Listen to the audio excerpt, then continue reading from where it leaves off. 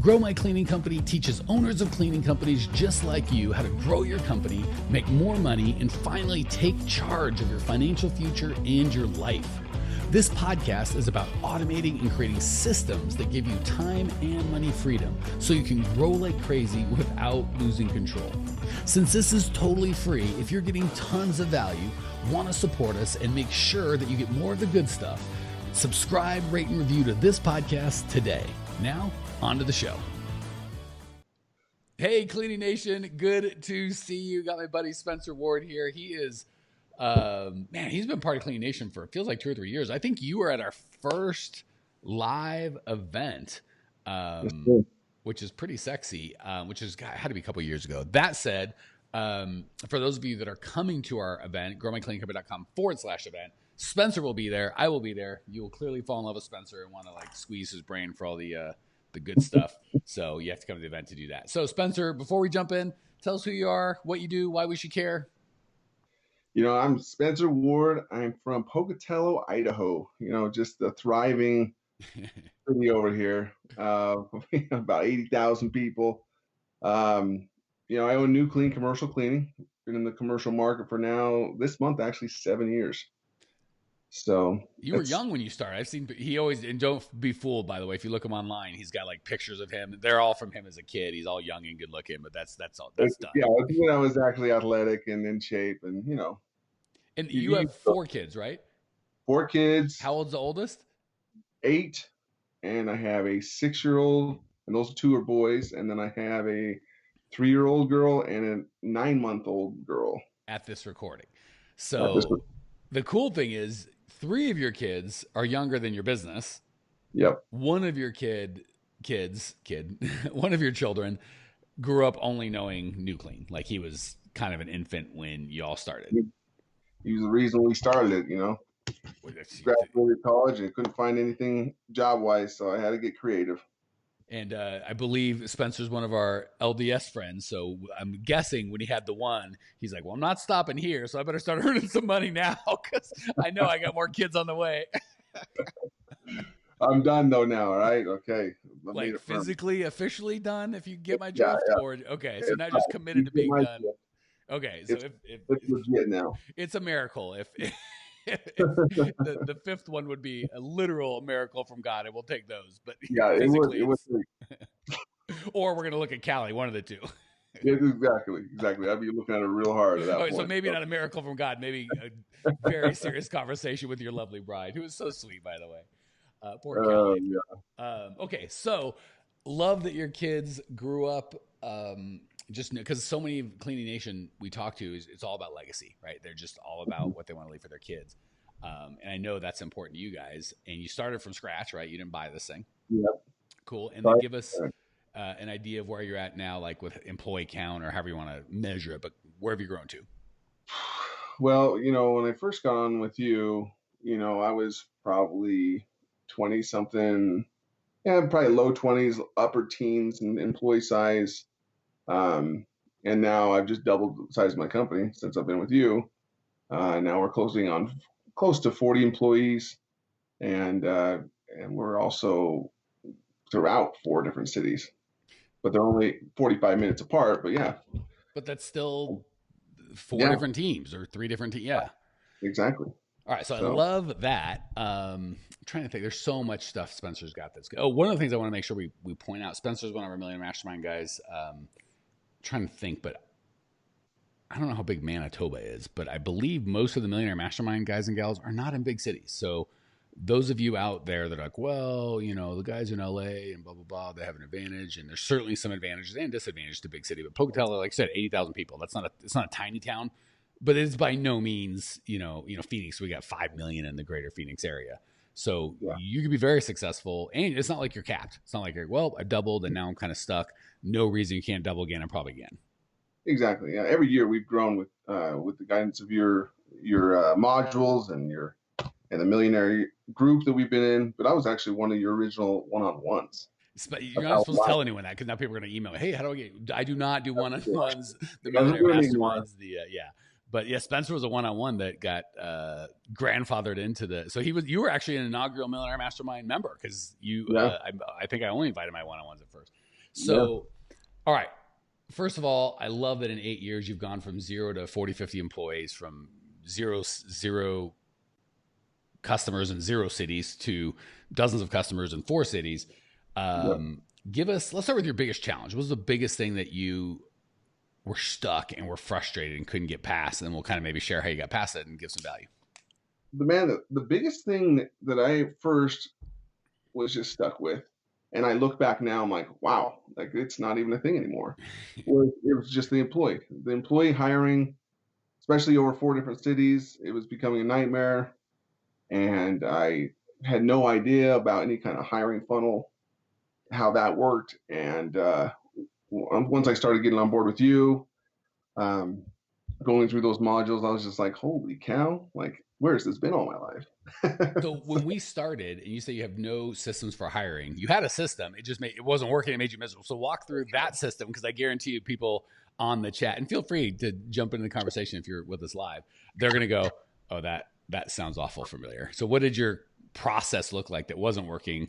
When you and Chris is saying, another Canadian. No, he's a good person. He's Pocatello, Idaho. We keep that in the United States. Continue, Spencer.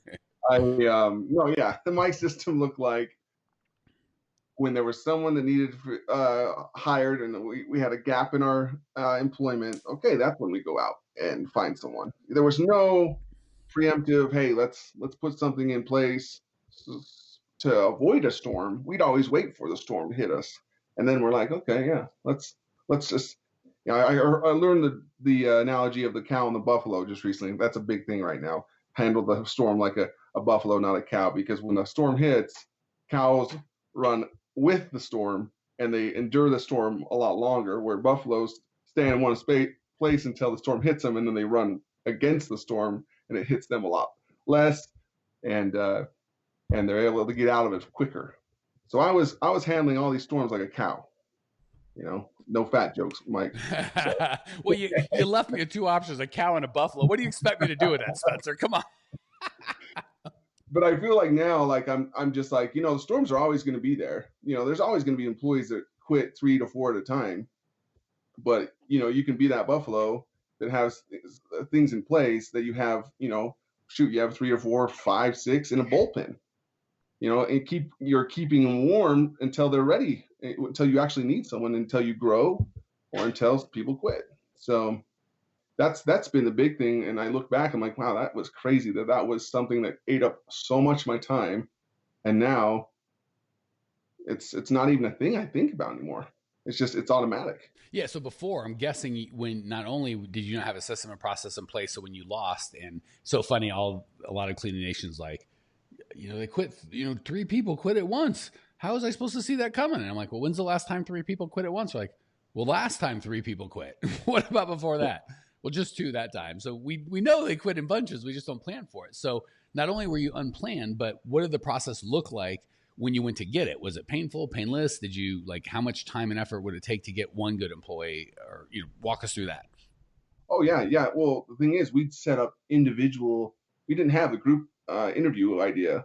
It was just like, okay, we got one person interested. Let's try to meet them with a single interview.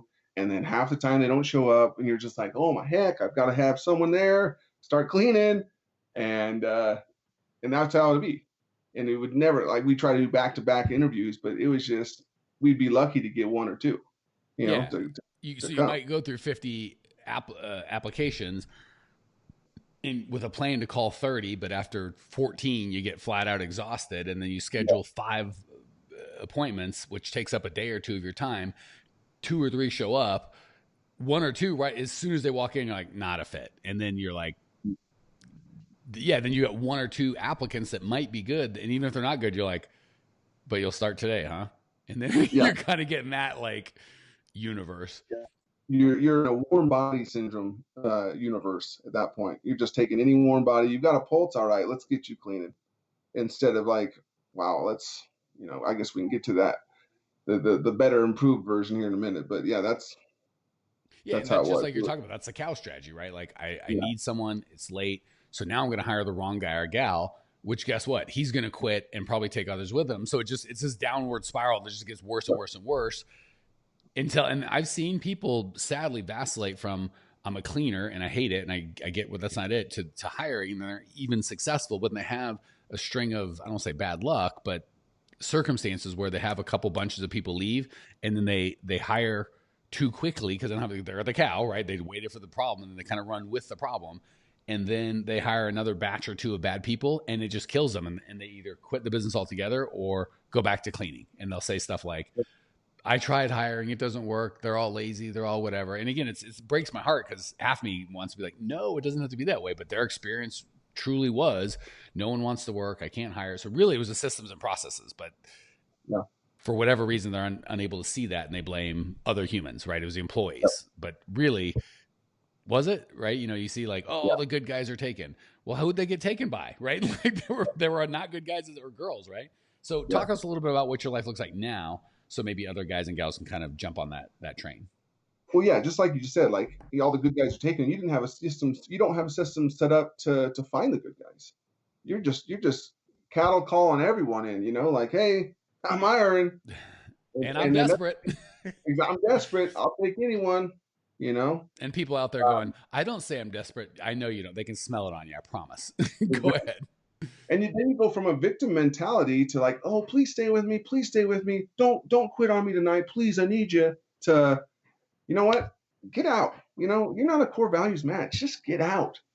And so, yeah, what my system looks like now through it's not my system. It's a system I've learned from you. Is, hey, you gave me money. It's yours now, baby. Yeah. But yeah, like we have a system set up. We have group interview set up, and it's automatic. It's on a ClickFunnels. We've got Calendly set up. So people literally are just automatically signing up for these interviews. And we have, 12, 15 people showing up to each interview. Sometimes you have a little less sometimes. And, depending on what your needs are, you can turn up the funnel, meaning pay more money or pay less money. I've kind of found the sweet spot in my areas where I need to keep the money at a consistent basis in certain cities to keep the funnel full enough. And what I'll do is we have 12 to 15 people show up, maybe 3 or 4 passed on to a one-on-one. And I guarantee if you had 2 or 3 passed on or 2 or 3 show up, you'd probably pass on 1 to 3. So it's like, is it just because the best people showed up? No, because you're desperate. When you got 15, it's really easy to be selective. When you get 2, it's really tough to be like, neither of you are qualified. And then, yeah, that's the warm body syndrome you mentioned. And that turns into the inmates running the asylum, right? Because then they smell it on you that they're like, wait a second, I can go get another crappy $10 an hour job tomorrow. You can't find another crappy $10 an hour employee tomorrow. I don't think I'm coming in. Or I'm going to do a half-assed job and you're going to call me out and you're like, I think it was the customer's a pain in the butt. But the whole dynamic shifts and it's very disempowering. Go ahead. Exactly. So there'll be some weeks that you have more than you need that show up, and then you have some weeks that are just just a few that show up. And the perfect nature of this system is that there's sometimes you don't need anyone, and there's sometimes you need a few. But as you continually do this every week, you can't just say, oh, I'm going to do it every other week or every month. Do an interview. It has to be every week. That way it keeps you in the driver's seat. You keep rocking and rolling, and then when you have Karen or Jose or Ryan over there that are just being knuckleheads and making you look bad in front of your customers, you just tell them hit the bricks. And we just had one not show up this week. No call, no show. Was it a big deal for us? No, it wasn't. So that's the thing. Like we have systems in place, and on top of that hiring system, through Mike taught me as well, like, because I was complaining, I was being a little, B word. I'm not going to swear now, but Buffalo. Oh wait, go ahead. Buffalo, I was being a You're cow. being a cow, but it didn't start with a B. Yeah, it's true. So what happened then is I was complaining, oh, I can't find any good people. They're all quitting on me. They're all, and then he was saying, what does a pilot do? Mike says, what does a pilot do when his engine catches on fire and his plane's full of passengers? He doesn't just freak out and run up and down the plane screaming fire. He's got a checklist he goes down. And that was another thing that to go along with this hiring system is having a proper checklist to go in place when emergencies do happen. No shows, I'm quitting and I'm not going the rest of my contracts tonight, whatever. You have systems in place. So we have a a step-by-step system of 7 points that literally my management team just goes, okay, first point, boom. That one doesn't work out. Let's go number 2. And number 7 is literally, well, number 6 is literally me going out cleaning. Number 7 is like, hey, we've pretty much lost most of our team for some crazy reason. I'm calling my customers, letting them know we're not gonna be able to make it in, and I'm not gonna just discount 1 cleaning, but I'll discount, 2 cleanings to make up for it. That hasn't happened. We've never got to that point. I was just gonna say, I'm sure you've never gotten to step 7. I'm guessing last year you haven't got to step 6, but Nope. having them is nice. So you're like, okay, we don't have to panic when that happens. I really am digging your cow versus buffalo, man. We don't have to just freak out and try and design a system on the fly, which is what throughout the process. We lost 3 people. What do? We got to figure out how to go get someone, right? That's the wrong time to be doing it.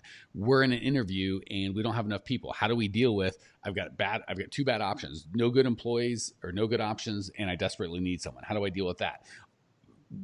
When people are acting bad, but we don't have enough customers, all these things should be decided ahead of time. You try and do them in the moment, it's a son of a gun. So it's funny, we started with, and this is so typical as we kind of graduate people through our programs and they elevate in revenue and become better business owners. They start with tactical stuff, but pretty quick, you've got most of the big systems that you need in place.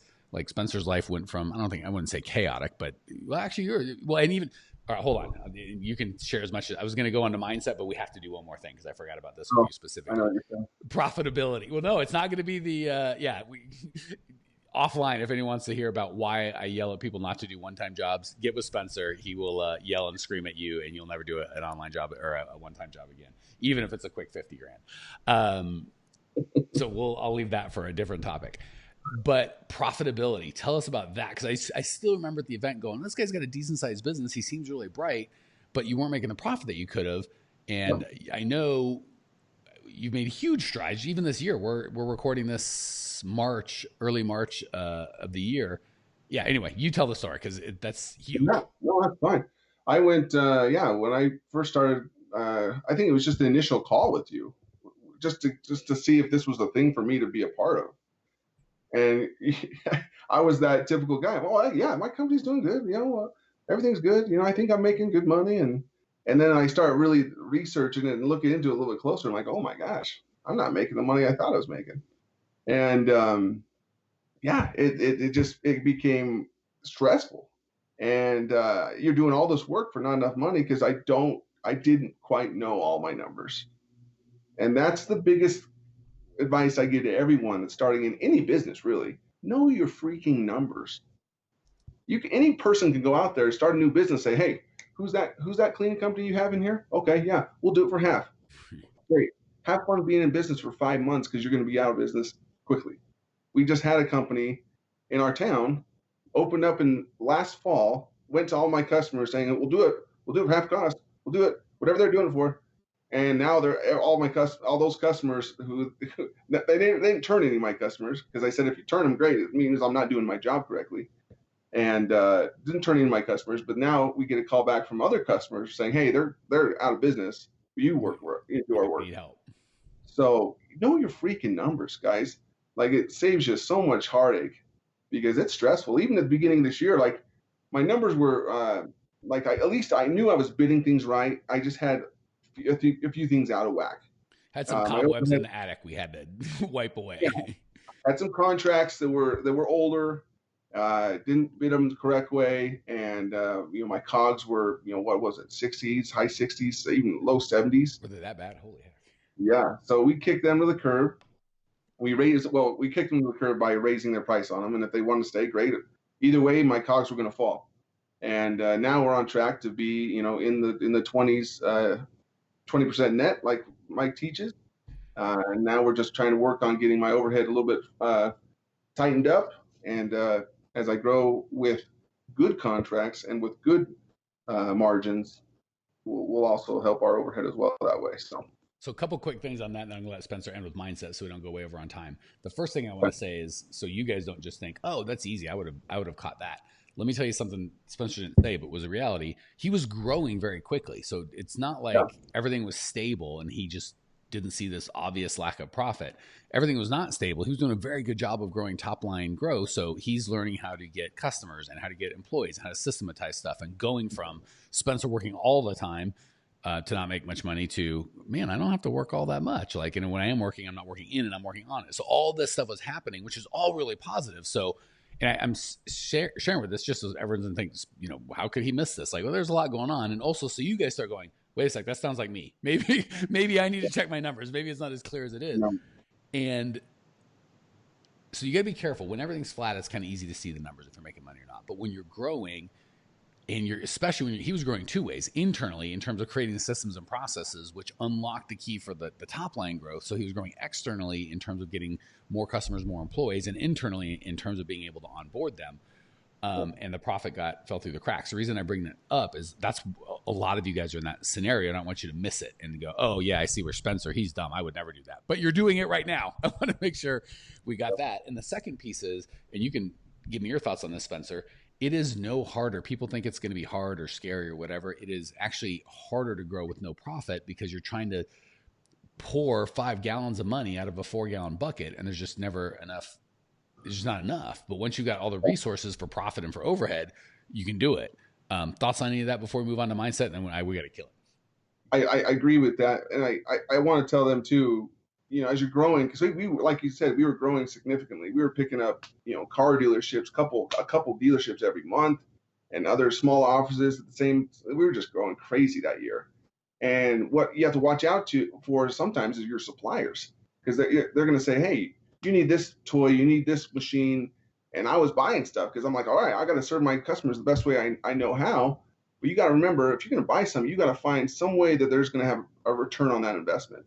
You don't want stuff just sitting in the garage, just clouding up your money. Your money's just sitting there if it's not, So that's where I kind of got in a little bit of trouble too. Is I bought a little bit too much equipment and it was sitting a lot of the time. So be aware of that too. So spend money on what's going to make you money. Could not agree more. All right, we are already at time, but all right. Give us the one mindset shift that you've made, because it's so important on the mindset, and I don't want to ignore that. You just gotta learn to love yourself and learn to brag about yourself. As business owners, sometimes we can be our own worst enemy, and we can get ourselves down. We can lose a contract, or we can get yelled at by a contract because we have knucklehead employees, and our systems may be broke. But you got to remember that's temporary. That doesn't define who you are. That doesn't define your day. That doesn't define your week. And don't let that affect your mindset going throughout, because if you do, you're going to be ineffective and you're not going to be able to fully work on your business as you let that stuff dwell inside you. Nailed it. I couldn't agree more. So let me give all of you listening, you're like, that's me, I want that. 2 specific action items you can do right now that will help you, A, get the systems, B, get the mindset, and C, kind of have that right thinking around your business. Because you're so right, man. It's lonely. When we pick up a $2,000 a month account, it's so thrilling, and no one in our world knows what that means or feels like. You can tell someone like, good job, I guess. I don't know. You're cleaning toilets. How excited can I be? You don't get it. And then when a customer complains, or 2 or 3 employees quit, or you get a bad review on whatever, or someone doesn't pay, there's all sorts of kicking the soft spot stuff that sucks. So let me give you 2 things that you can do that really help. First of all, you were here with us. You're listening. That you were part of Cleaning Nation. You're part of a community. That is huge. It is so hard. I hate to say it selfishly. Part of what I did is I went through so much pain and suffering to get where I'm at. I don't want other people to have to go through that. And I knew the loneliness and the just not having other people that got me was really tough. So I wanted to make sure that we created that. So you're here. If you want more, it's kind of fun, but Spencer's, it's all online. I don't know. A couple things. One, that's why we're having our event. The event that Spencer came to, we limited to like 10 or 15 entrepreneurs. I think it was $2-3 grand, depending on if you brought a spouse or whatever. This is the first time we're doing a wide open event and I think that one's application only. So it's very different. This is wide open. We're still going to go over the entire clean profit method to the best of my ability in 2 days. I'm going to talk fast, buckle up. But more importantly, you're going to get to see another 100 or so owners of cleaning companies and people that are successful. growingcleancompany.com/event. We are recording this May 2020. If you're listening to the replay, there's probably going to be more events. Still go to growmycleancompany.com/event to see when the next event is for you, for everyone listening live or near. It's coronavirus time. we will be having the event unless it becomes illegal and the government says you may not leave your homes. I'm going to be on that stage teaching 4 of you or 200 of you. I don't give 2 craps. I will be hugging. I will be shaking hands. I want to be clear as a bell. I ain't scared of none of you guys getting me sick. I am so excited for this event. So we are coming out strong in terms of that's how we're going to roll. We would love for you to join us. No judgment if for whatever reason you feel like that's not going to work for you and your family. But I want to be loud. I want to be clear. We will be there as long as it's legal, right? Somehow, or the hotel doesn't kick us out. You know, if there's things beyond my control, obviously that's that. But as long as none of that's the case, we're going to be there. I think we've got 40 attendees and 20 or 30 guests. So we're coming up on 100 already. We've got team members coming in. It's going to be a couple hundred folks. It's going to be a party. If you want to meet Spencer, he's going to be there. Actually, he's Millionaire Mastermind. They talked about, because we're doing our Millionaire Mastermind event after. And so I think half of them are looking to ditch. They're going to come in, eat my free food, and then like get out, I think is the plan. So I don't know. You might have to catch Spencer quick because I don't know how long he's going to hang out. So do that. If you're like, A, I am afraid of coronavirus and I'm not leaving my house, or B, that sounds fun, Mike, but that's in like weeks or months from now. I need help now. Go to growmycleaningcompany.com without the /event. Check out the free on-demand training. It's the best that we got. It's condensed there. You'll get an opportunity to jump on with one of the coaches at no charge with nothing for sale after that. And that's that. So if you need community, if you want systems, if you want help with mindset, if you are really committed to doing something different and growing, yes. And Andrew, the guy from the Ukraine, one of our elite members, his last name is hard to say, and I kept telling him how he's got this cool accent. I'm like, you got to be like Andrew, the guy from the Ukraine, yeah, you know, because people are thinking about it. If you come with this weird accent, you know, with Spencer, you see him, he's like, wow, he's really good looking. He has to address that, or people are going to be hyper focused on it. So he has to say, yes, I know I'm good looking. I'm aware, and now let's just get on with it. So with Andrew from the Ukraine, I'm like, you got to be like, yes, I'm Andrew, the guy with the cool accent. So when anyone sees Andrew Postolovsky, Andrew P is what I call him. You got to scream out from across the room, Andrew, the guy from the Ukraine. So that is what we're going to do at the event. Guys, gals, can't wait to see you. Spencer will probably be there unless he succumbs to the coronavirus or is out having too much fun with the Millionaire Masterminds. See y'all then. Bye. Thanks for tuning in to today's show. If you're fired up, ready to grow, and want to see if you have what it takes to work with us at Grow My Cleaning Company, here's what I want you to do right now. Go to growmycleaningcompany.com/talk. That's growmycleaningcompany.com/talk to book an appointment to speak with me personally. I'm going to jump on the phone with you to get you crystal clear on where you are now, where you want to be, and how to get you there. Don't walk around in the dark any longer. If you are serious about growing your cleaning company, it's time to finally get the systems in place that you need to grow. We've helped hundreds of owners of cleaning companies not only grow their business and their personal freedom, but give back to their community as well. If that's what you're looking for, head over to growmycleaningcompany.com/talk and book a time to talk with me personally. I can't wait to get to know you and your business.